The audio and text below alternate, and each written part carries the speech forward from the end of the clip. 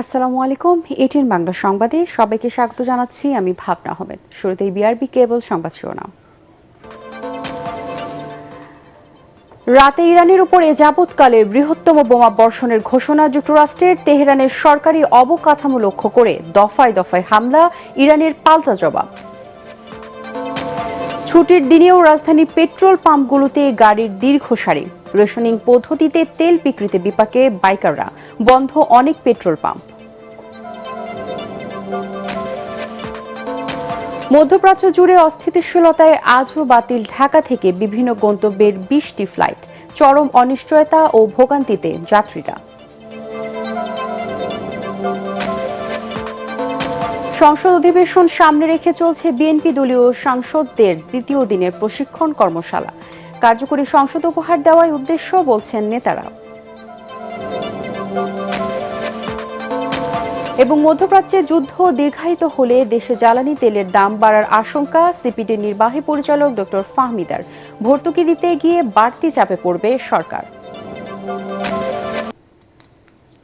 শুনছিলেন বিআরবি কেবল সংবাদ শিরোনাম, এবারে বিস্তারিত। শুরুতেই ইরান আমেরিকা যুদ্ধ প্রসঙ্গ।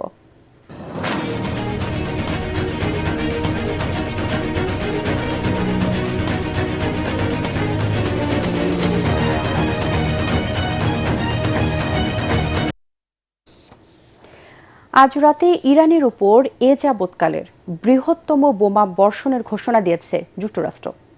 ফক্স নিউজকে দেওয়া সাক্ষাৎকারে এ কথা জানান মার্কিন অর্থমন্ত্রী স্কট বেসেন্ট। এদিকে রাজধানী তেহরানে চলছে দফায় দফায় যুক্তরাষ্ট্র ইসরায়েলের যৌথ হামলা। বিভিন্ন সরকারি অবকাঠামো লক্ষ্য করে চালানো হচ্ছে অভিযান, তবে পাল্টা জবাব দিচ্ছে তেহরানও। অভিযানের লক্ষ্যবস্তু মধ্যপ্রাচ্যে মার্কিন ঘাঁটি এবং মিত্রদের সামরিক ও জ্বালানি স্থাপনা। বিস্তারিত তৌহিদুর রহমান নিশানের রিপোর্টে। ইরানের রাজধানী তেহরানে নতুন করে হামলা শুরু করেছে ইসরায়েল। শনিবার ভোরে শহরটিতে আবারও হামলা শুরু করে ইসরায়েলি বাহিনী। বিভিন্ন সরকারি অবকাঠামো লক্ষ্য করে এই হামলা চালানো হয়। সামাজিক যোগাযোগ মাধ্যম এক্সে ইসরায়েলি সেনাবাহিনী জানিয়েছে, শুক্রবার রাতে ইরান তাদের দিকে বেশ কিছু ক্ষেপণাস্ত্র নিক্ষেপ করে। এদিকে এ পর্যন্ত ইরানে ৩,০০০-এর বেশি লক্ষ্যবস্তুতে হামলা চালানোর দাবি করেছে মার্কিন সেনাবাহিনী। অভিযান শুরুর পর ধ্বংস করা হয়েছে তেহরানের ৪৩টি যুদ্ধজাহাজ। নিঃশর্ত আত্মসমর্পণ ছাড়া ইরানের সঙ্গে কোনো চুক্তি হবে না বলে সাফ জানিয়েছেন মার্কিন প্রেসিডেন্ট ডোনাল্ড ট্রাম্প। সামাজিক যোগাযোগ মাধ্যমে এক পোস্টে ট্রাম্প জানান, ইরান আত্মসমর্পণ করলে নতুন গ্রহণযোগ্য ইরানি নেতাদের নিয়ে সম্পর্ক স্বাভাবিক করবে যুক্তরাষ্ট্র ও মিত্ররা। অন্যদিকে ইসরায়েলের কাছে জরুরি অস্ত্র বিক্রির অনুমোদন দিয়েছে যুক্তরাষ্ট্র। দেশটির পররাষ্ট্র মন্ত্রণালয় জানিয়েছে, জরুরি ভিত্তিতে ইসরায়েলি সরকারের কাছে $151.8 মিলিয়ন অস্ত্র ও সামরিক সরঞ্জাম বিক্রির কথা জানিয়েছেন মার্কিন পররাষ্ট্রমন্ত্রী মার্কো রুবিও। মধ্যপ্রাচ্যে চলমান যুদ্ধ পরিস্থিতির কারণে কার্যত বন্ধ রয়েছে হরমুজ প্রণালী। এতে বিশ্বব্যাপী দেখা দিয়েছে তীব্র জ্বালানি সংকট। এমন সংকটে রাশিয়ার কাছ থেকে তেল কিনতে ভারতের উপর নিষেধাজ্ঞা সাময়িকভাবে শিথিল করেছে যুক্তরাষ্ট্র। তবে এরই মধ্যে হরমুজ প্রণালী নিয়ে নতুন ঘোষণা দিয়েছে ইরান সরকার। অন্যান্য দেশের জন্য হরমুজ খোলা থাকলেও হামলা হবে যুক্তরাষ্ট্র ও ইসরায়েলি জাহাজে।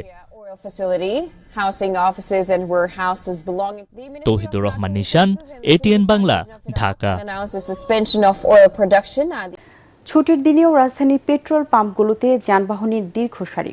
রেশনিং পদ্ধতিতে তেল বিক্রির ফলে রাইড শেয়ার করে জীবিকা নির্বাহ করা মানুষেরা পড়েছে বেশি বিপাকে। তবে শুক্র এবং শনিবার জ্বালানি তেলের ডিপো বন্ধের অজুহাতে রাজধানীতে অনেক পেট্রোল পাম্প বন্ধ রেখেছে মালিকরা। এদিকে তেল মজুদের বিরুদ্ধে কঠোর নজরদারির দাবি জানিয়েছেন ক্রেতারা। রাজধানীর বিভিন্ন পেট্রোল পাম্প ঘুরে বিস্তারিত জানাচ্ছেন মুশফিকুর রহমান। পরিবাগের এই রিফুয়েলিং পাম্পে তেল নিতে আসা মোটরসাইকেল এবং প্রাইভেট কারের লাইন শাহবাগ মোড় ছাড়িয়ে গিয়ে ঠেকেছে কাঁটাবনে। অফিসে ঢোকার সময় শেষ, তবে শেষ হয়নি তেলের লাইন।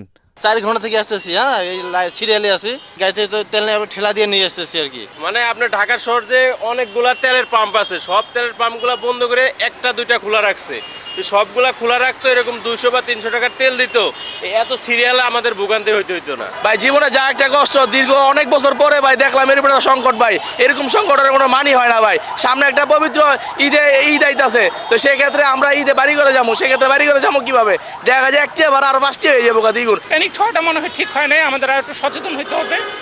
খুব জরুরি না হলে আমরা যেন গাড়ি নিয়ে বের না হই। রেশনিং পদ্ধতিতে একবারে প্রতিটি motorcycle 2 litre, private car 10 litre এবং জিপ পিকআপ পাবে 20 থেকে 25 লিটার তেল। এতে রাইড শেয়ার করে সংসার চালানো মানুষগুলো পড়েছে বেশি বিপাকে। সারাদিন চালানো যাচ্ছে না, যে এই তেল দিচ্ছে, এরপরে আবার লাইনে এসে দাঁড়াইতে হচ্ছে আমাদেরকে। 150-200 কিলো চালাইতে হয়, তো সেই হিসাবে কি 2 লিটারে হয়? আমাদের মিনিমাম 5 লিটার তেল লাগে। এদিকে ডিপো বন্ধ থাকায় বন্ধ রয়েছে রাজধানীর অনেক পেট্রোল পাম্প। এতে একাধিক পাম্পে ঘুরেও তেল না পেয়ে ক্ষোভ জানিয়েছেন অনেকেই। সারাদিনে আমি 3-4টা পাম্প ঘুরলাম, এখনো পর্যন্ত তেল নিতে পারি নাই। আপনার 5 লিটার থাকলে আপনি 2 লিটার করে দিয়ে দেন, 1 লিটার থাকুক, কিন্তু সেটা করবে না। সবাই একযোগে পাম্পটা বন্ধ করে দিচ্ছে, যখন দাম বাড়বে তখন ছাড়বে। নিয়মিত ডিপো থেকে যথাসময়ে তেল সরবরাহ করার পাশাপাশি পেট্রোল পাম্পগুলোর নিরাপত্তা নিশ্চিতের দাবি জানান পাম্প মালিকরা। আজকে ডিপো বন্ধ, তাই যদি ডিপো বন্ধ থাকে তাই আমরা তেলটা কোথেকে দেবো? আজকে ডিপোটা খোলা রাখতে পারে ইচ্ছে করলে ওনারা। পাবলিকের চাহিদার উপরে তো কোনো কিছু নাই, তা আপনি খোলা রাখেন না, ওনারা খোলা রাখতে পারবে না। আমাকে সরকার তেল দিবে, আমি পাবলিকে তেল দেবো। সরকারি যদি তেল না আমাকে আজকে না দেয়, তা আমি পাবলিকে কিভাবে বুঝাবো? আমাদেরকে পর্যাপ্ত নিরাপত্তা না দিলে আমরা তেল উঠাবোই না, পাম্প তালা মেরা সব চলে যাবে। অযথা প্রয়োজনের অতিরিক্ত জ্বালানি মজুত করে সংকট দেখা দেওয়ার আগেই সংকট তৈরি না করার আহ্বান জানান সংশ্লিষ্টরা। মুশফিকুর রহমান, ATN বাংলা, ঢাকা। দর্শক, এই মুহূর্তে পেট্রোল পাম্পগুলোর পরিস্থিতি পর্যবেক্ষণে রাজধানী রয়েছেন আমাদের সহকর্মী তৌহিদুর রহমান আর চট্টগ্রামে ইরফানুল হক। সরাসরি যুক্ত হচ্ছি তাদের সাথে। শুরুতে যাব তৌহিদের কাছে। তৌহিদ, পেট্রোল পাম্পগুলোতে পরিস্থিতি কেমন দেখছেন এবং যানবাহনের চাপ এখন কেমন?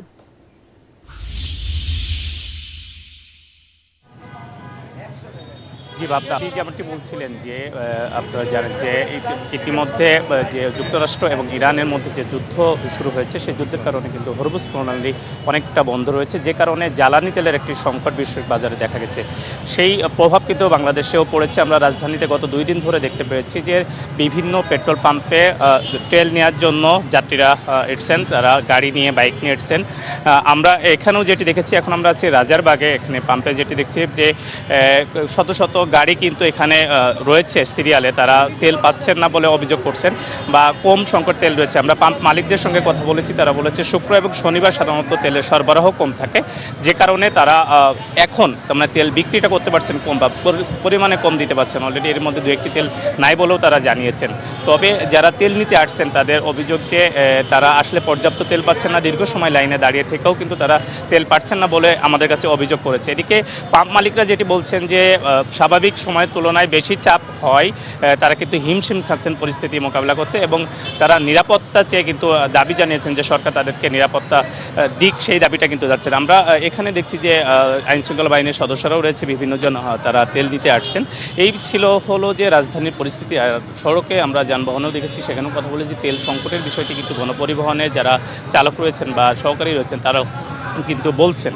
তো সার্বিকভাবে মানুষের মধ্যে যে একটি সংকট যতটুকু না রয়েছে, মানুষের মধ্যে একটি তাড়া রয়েছে যে সংকট তৈরি হতে পারে বা দাম বৃদ্ধি পেতে পারে, সেই কারণে কিন্তু তারা এই যে পেট্রোল পাম্পগুলোতে ভিড় করছেন। আমাদের চট্টগ্রামে আমাদের সঙ্গে রয়েছেন আমাদের সহকর্মী ইরফানুল হক। আমরা চলে যাচ্ছি ইরফানুল হকের সঙ্গে। ইরফান,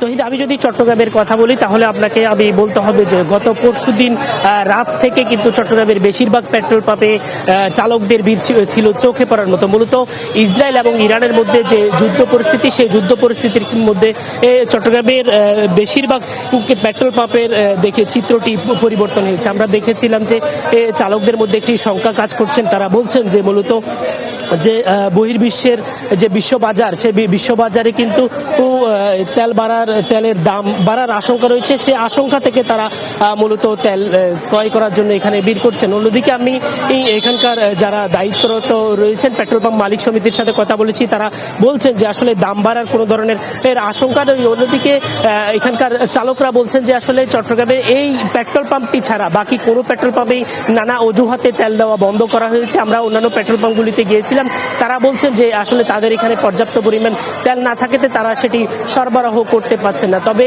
এই চট্টগ্রামে যারা তেল সরবরাহ করে থাকে প্রতিটি পেট্রোল পাম্প মালিক সমিতির সভাপতি এবং সেক্রেটারির সাথে আমরা কথা বলেছি, তারা বলছেন যে চট্টগ্রামে এই তেলের সংকট তৈরি হওয়ার কোনো ধরনের সম্ভাবনা নেই। তো এই ছিল আমার কাছে চট্টগ্রামের তেলের পাম্পের যে সর্বশেষ তার সর্বশেষ। তো এই ছিল আমার কাছে এখানকার সর্বশেষ। ভাবনা।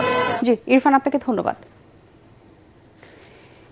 ইরান যুক্তরাষ্ট্র যুদ্ধে মধ্যপ্রাচ্য জুড়ে সৃষ্টি হওয়া অস্থিতিশীলতায় আজও বাতিল হয়েছে ঢাকা থেকে বিভিন্ন গন্তব্যের 20টি ফ্লাইট। এ নিয়ে শুধুমাত্র মধ্যপ্রাচ্যে সর্বমোট বাতিল হওয়া ফ্লাইটের সংখ্যা দাঁড়িয়েছে 268টিতে। বারবার ফ্লাইট বাতিলের ফলে চরম অনিশ্চয়তা ও ভোগান্তি তৈরি হয়েছে মধ্যপ্রাচ্যের বিভিন্ন গন্তব্যের যাত্রীদের মাঝে। এদিকে মধ্যপ্রাচ্যের বিভিন্ন গন্তব্যে 214টি ফ্লাইট পরিচালনা করা হয়েছে।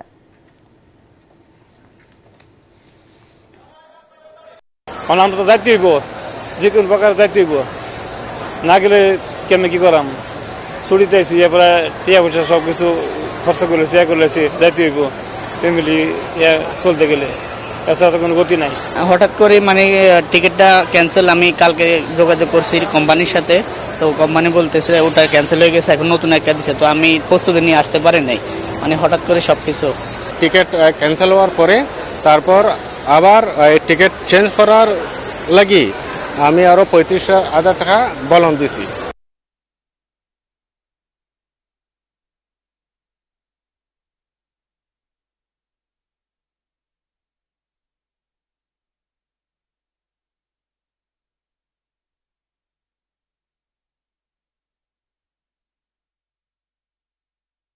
ত্রয়োদশ জাতীয় সংসদ অধিবেশনকে সামনে রেখে বিএনপি দলীয় সাংসদদের দ্বিতীয় দিনের প্রশিক্ষণ কর্মশালা চলছে।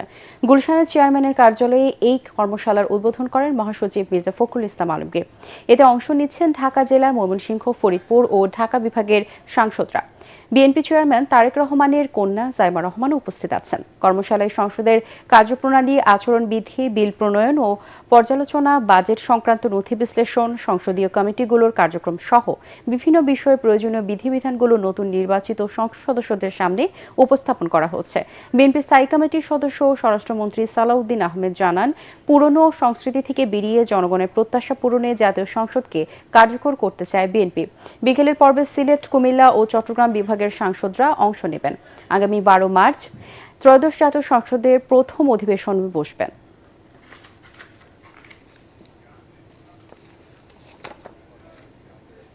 দেশের প্রচলিত নিয়ম অনুযায়ী তারা যাতে সঠিক ভূমিকা পালন করে এবং পার্লামেন্টারি কালচারটা আমরা যাতে মেনটেন করতে পারি এবং খুব ভালো কালচারের মধ্যে দিয়ে অতীতের কিছু ব্যাড কালচারকে আমরা রিমুভ করতে পারি, সেই জন্য আমরা নিজেদের মধ্যে আলাপ আলোচনা করি। এটাকে পির লার্নিং বলে আর কি, নিজেরা আলাপ করি এবং শিখি। এখানে রুলস অফ প্রসিজিওর সম্পর্কে, parliamentary practice and conflict of interest এই বিষয়ে আমি কথা বলেছি। আর বিভিন্ন বিষয়ে রীতি রেওয়াজ পদ্ধতি পার্লামেন্টের এগুলো যাতে আমরা শিখি সেই বিষয়ে আমরা নিজেরা আলোচনা করেছি। দেশের প্রচলিত নিয়ম অনুযায়ী আমাদের দেশের সংসদীয় ব্যবস্থা অনুযায়ী সংসদের প্রথম অধিবেশনে রাষ্ট্রপতি বক্তব্য দিবেন, এ ব্যাপারে সমস্ত প্রস্তুতি সম্পন্ন হয়ে গেছে। প্রধানমন্ত্রী ও বিএনপি চেয়ারম্যান তারেক রহমানের 20তম কারাবন্দী দিবস আজ। 2007 সালের এই দিনে জরুরি অবস্থার সময় সেনা সমর্থিত তত্ত্বাবধায়ক সরকারের আমলে তাকে গ্রেপ্তার করা হয়। বিএনপি দিনটিকে তারেক রহমানের কারাবন্দী দিবস হিসেবে পালন করে। দলটির অভিযোগ, কোনো পরোয়ানা বা সুনির্দিষ্ট অভিযোগ ছাড়াই তাকে গ্রেপ্তার করা হয়েছিল। গ্রেপ্তারের পর তাকে পুলিশ রিমান্ডে নেওয়া হয় এবং কারাগারে নির্যাতনের শিকার হতে হয় বলে অভিযোগ রয়েছে। দীর্ঘ প্রায় 18 মাস কারাবন্দী থাকার পর 2008 সালের 3 সেপ্টেম্বর 12টি মামলায় জামিন পেয়ে চিকিৎসাধীন অবস্থায় মুক্তি পান তিনি। পরে উন্নত চিকিৎসার জন্য যুক্তরাজ্যে পাঠানো হয় তারেক রহমানকে।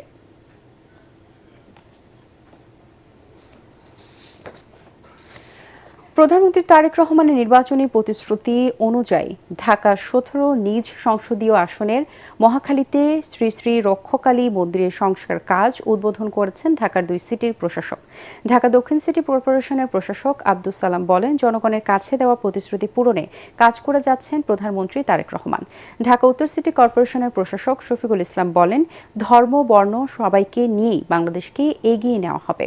সনাতন ধর্মাবলম্বী বিশিষ্টজন, ধর্মগুরু ও স্থানীয় বিএনপি নেতারা এই সময় উপস্থিত ছিলেন।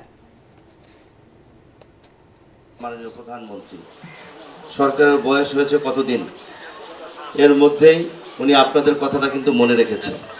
মনে রেখেই যিনি আপনাদের কাছে যে অঙ্গীকার দিয়েছে সেটাকে বাস্তবায়ন করার জন্য আমাদেরকে আবার পাঠিয়েছে আপনাদের কাছে। বাংলাদেশটা সবার, হিন্দু, বৌদ্ধ, খ্রিস্টান, মুসলমান সবার জন্য। আমার যতটুকু অধিকার আছে আপনারও ততটুকু অধিকার আছে। ঐতিহাসিক ৭ মার্চ আজ মহান স্বাধীনতা সংগ্রাম ও মুক্তিযুদ্ধের ইতিহাসের এক গুরুত্বপূর্ণ দিন। ১৯৭১ সালের এই দিনে ঢাকার তৎকালীন রেসকোর্স ময়দান, বর্তমান সোহরাওয়ার্দী উদ্যানে বঙ্গবন্ধু শেখ মুজিবুর রহমান ঐতিহাসিক ভাষণ দেন। ১৮ মিনিটের ভাষণে সেদিন শেখ মুজিবুর রহমান বাঙালির দীর্ঘ সংগ্রাম ও আন্দোলনের পটভূমি তুলে ধরেন। একই সঙ্গে দেশবাসীর করণীয় সম্পর্কে দিক নির্দেশনা দেন। তার এই ভাষণ যুদ্ধে মুক্তি সেনাদের প্রেরণা হিসেবে কাজ করে। মধ্যপ্রাচ্যে যুদ্ধ দীর্ঘায়িত হলে দেশে জ্বালানি তেলের দাম বাড়তে পারে আশঙ্কা সিপিডি নির্বাহী পরিচালক ডক্টর ফাহমিদা খাতুনের। বিশ্ববাজারে দাম বাড়লে ভর্তুকি দিতে গিয়ে বাড়তি চাপ নিতে হবে সরকারকে। রাজধানীতে ডিবেট ফর ডেমোক্রেসির বিতর্ক প্রতিযোগিতায় এসব কথা বলেন তিনি। বিনিয়োগ ও কর্মসংস্থান বাড়ানোর লক্ষ্যে ব্যবসায়ীদের আস্থায় আনার তাগিদ debate for democracy chairman Hasan Ahmed Chowdhury কিরণের। মিজান শাহজাহানের রিপোর্ট। জনপ্রত্যাশা পূরণে অর্থনৈতিক স্থিতিশীলতা নিয়ে ডিবেট ফর ডেমোক্রেসির সংসদীয় পদ্ধতির বিতর্ক প্রতিযোগিতা। সরকারি দল প্রাইমেসি ইউনিভার্সিটি ও বিরোধী দল ঢাকা ইন্টারন্যাশনাল ইউনিভার্সিটি। আমরা অলরেডি হসপিটাল নিউজে দেখেছি যে বাস মালিকরা হচ্ছে টিকেটের টাকা বাড়াতে চাচ্ছে। মাননীয় স্পিকার দৃঢ় পদক্ষেপ গ্রহণ করেছেন মাননীয় স্বরাষ্ট্রমন্ত্রী সালাউদ্দিন আহমেদ। বিতর্কের মূল্যায়ন পর্বে সিপিডির নির্বাহী পরিচালক ডক্টর ফাহমিদা খাতুন বলেন, মধ্যপ্রাচ্য পরিস্থিতি মোকাবেলায় সরকারকে কৌশলী হতে হবে, অপরাধীদের শাস্তির আওতায় আনতে হবে, তবে নিরপরাধ ব্যবসায়ীদের হয়রানি বন্ধ করতে হবে। অলরেডি উচ্চ মূল্যস্ফীতির মধ্যে রয়েছে। উচ্চ মূল্য তেল কিনতে হলে তাহলে কিন্তু মূল্যস্ফীতিটা আরো উস্কে যেতে পারে। আর যদি সরকার তেলের দাম নাও বাড়ায়, তার মানে হচ্ছে সরকারকে ভর্তুকি দিতে হবে, সরকারের আবার কোষাগার থেকে অর্থ নিতে হবে। তা আমাদের তো সরকারের রাজস্ব খুবই কম, রাজস্ব ব্যবস্থার মধ্যে এমনিতেই একটা চাপ রয়ে গেছে। ছায়া সংসদের স্পিকার হাসান আহমেদ চৌধুরী কিরণ বলেন, অর্থনৈতিক সংকট কাটাতে ব্যবসায়ীদের আস্থায় আনা জরুরি। ব্যবসায়ীদেরকে আস্থায় এনে তাদের বিরুদ্ধে যে ঢালাও মামলা করা হয়েছে সেই ঢালাও মামলাকে প্রত্যাহার করে এবং তাদেরকে ব্যাংক হিসাবে জব্দ করা হয়েছে, জব্দ ব্যাংক হিসাব তাদেরকে ফিরিয়ে দিয়ে যারা বিদেশে অবস্থান করছে, বড় বড় ব্যবসায়ীরা যারা দেশে আসতে পারছেন না, তাদেরকে দেশে ফিরিয়ে নিয়ে বাংলাদেশের অর্থনীতিকে পুনরুদ্ধার করবার জন্য ব্যবসায়ীদেরকে আস্থা নিয়ে তাদের মধ্যে স্বস্তি দিতে পারলে আমরা মনে করি বাংলাদেশের ব্যবসা বাণিজ্য বিনিয়োগের অগ্রগতি অনেকখানি এগিয়ে যাবে। তারা বলেন, পুঁজিবাজার দুর্বল হওয়ায় ব্যাংকের উপর নির্ভর করছে দেশের অর্থনীতি। অতীতে ব্যাংকিং খাতে লুটপাট হলেও গভর্নর নীরব দর্শকের ভূমিকায় ছিল। ইচ্ছাকৃত ঋণ খেলাপি যে তারা ঋণ নিয়েছে কিন্তু তারা কিন্তু সেটা বিনিয়োগ করেনি, বরং সেই অর্থটা দেশের বাইরে চলে গিয়েছে বিভিন্ন উপায়ে। বাংলাদেশ ব্যাংকের চোখের সামনে দিয়ে হয়েছে, তারা অনেকটা নীরব দর্শকের মতোই ভূমিকা পালন করেছে। এখনই কিন্তু নতুন গভর্নরকে নিয়ে তার কর্মপরিকল্পনা, তার চিন্তা ভাবনা সবকিছুকে নিয়ে কিন্তু এখন আমাদের বলবার সময় আসেনি। আমরা আশা করব তিনি একটা সুশাসন যদি কায়েম করতে না পারেন, তিনি আর্থিক খাতে শৃঙ্খলা ফিরিয়ে আনতে না পারেন, ব্যবসায়ীদেরকে যদি আস্থা না আনতে পারেন, তখন আমরা নতুন গভর্নরকে সমালোচনা করব। সংসদে উত্থাপিত প্রস্তাবটি পাশ হয়, বিতর্কে বিজয়ী হয় সরকারি দল প্রাইমেসিয়া ইউনিভার্সিটি। মিজান শাহজাহান, এটিএন বাংলা, ঢাকা। এবারে থাকছে পূবালী ব্যাংক বাণিজ্য সংবাদ।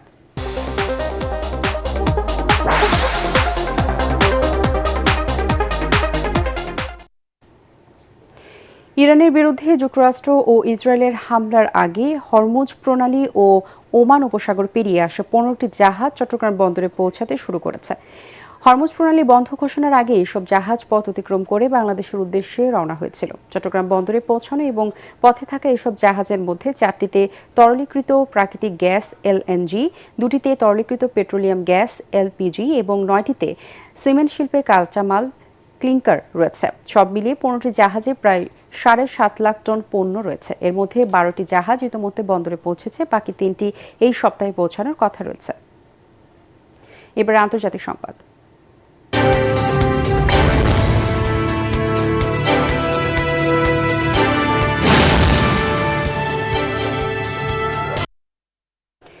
নেপালের সরকার গঠন করতে যাচ্ছে দেশটিতে গণ অভ্যুত্থানে নেতৃত্ব দেওয়া রাষ্ট্রীয় স্বতন্ত্র পার্টি আরএসপি। পার্লামেন্ট নির্বাচনে বড় ব্যবধানে এগিয়ে রয়েছে আরএসপি। নির্বাচনের সবশেষ তথ্য অনুযায়ী 117টি আসনে নিশ্চিত বিজয়ের পথে তারা। ভারতীয় সংবাদ সংস্থা পিটিআই জানিয়েছে, নেপালি কংগ্রেস এখন পর্যন্ত একটি আসনে জয় পেয়েছে এবং 10টি আসনে এগিয়ে রয়েছে। বেশ কিছু আসনে এখনও ভোট গণনা চলছে। নেপালে পার্লামেন্টের নিম্নকক্ষের প্রতিনিধি পরিষদের মোট আসন 275টি। এর মধ্যে 165 জন সরাসরি এবং 110 জন সংখ্যানুপাতিক প্রতিনিধিদের মাধ্যমে নির্বাচিত হবে। এবারে থাকছে খেলার খবর।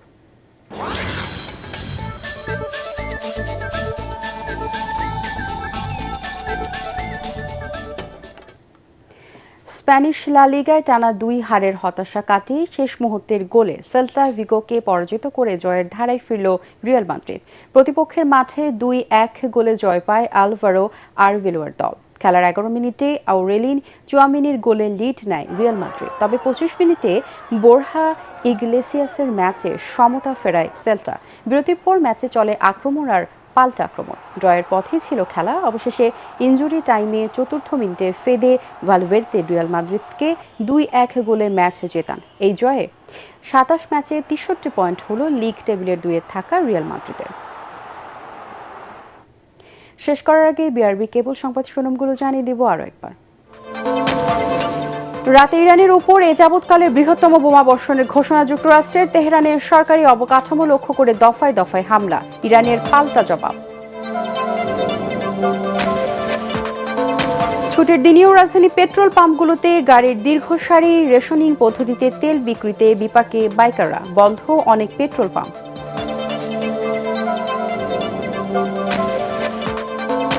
মধ্যপ্রাচ্য জুড়ে অস্থিতিশীলতায় আজও বাতিল ঢাকা থেকে বিভিন্ন গন্তব্যের 20টি ফ্লাইট। চরম অনিশ্চয়তা ও ভোগান্তিতে যাত্রীরা।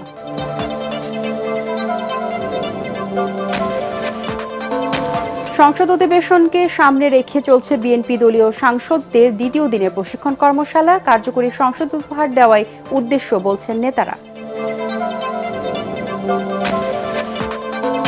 এবং মধ্যপ্রাচ্যে যুদ্ধ দীর্ঘায়িত হলে দেশে জ্বালানি তেলের দাম বাড়ার আশঙ্কা। সিপিডি নির্বাহী পরিচালক ডক্টর ফাহমিদার। ভর্তুকি দিতে গিয়ে বাড়তি চাপে পড়বে সরকারকে। পরবর্তী সংবাদ দেখার আমন্ত্রণ জানিয়ে এখনকার মতো শেষ করছি। এটিএন বাংলার সংবাদ ইউটিউবে দেখতে ব্রাউজ করুন youtube/ATN বাংলা নিউজ। ধন্যবাদ সবাইকে।